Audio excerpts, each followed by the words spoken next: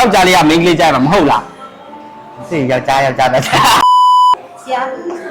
မနေ့ကမှမန်းလေးကနေရောက်တာရှမ်းမှုသေးလေး ဟုတ်လား ဟုတ်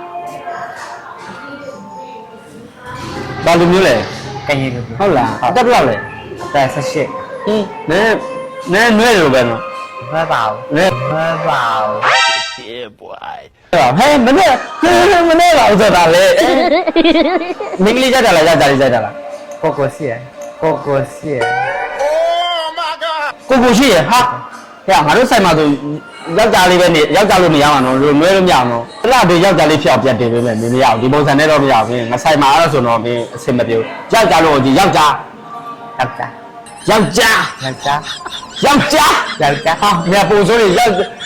ပြောနေနေလေ